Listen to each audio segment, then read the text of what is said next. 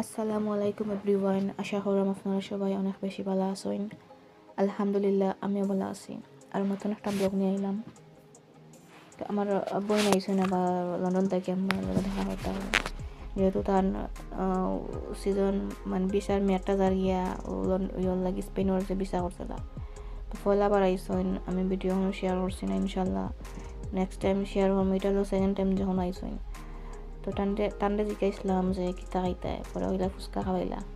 তো ফুচকা বানাইছি ন, এটা দেশ থেকে আমার পাইয়ে ফাটাইছইন।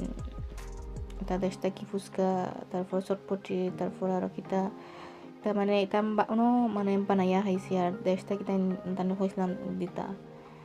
আর ফুচকা বানাইছি, তেঁতুলও আছিল বাংলাদেশের, সব কিছুই। আর ও বলে কি ফুটকি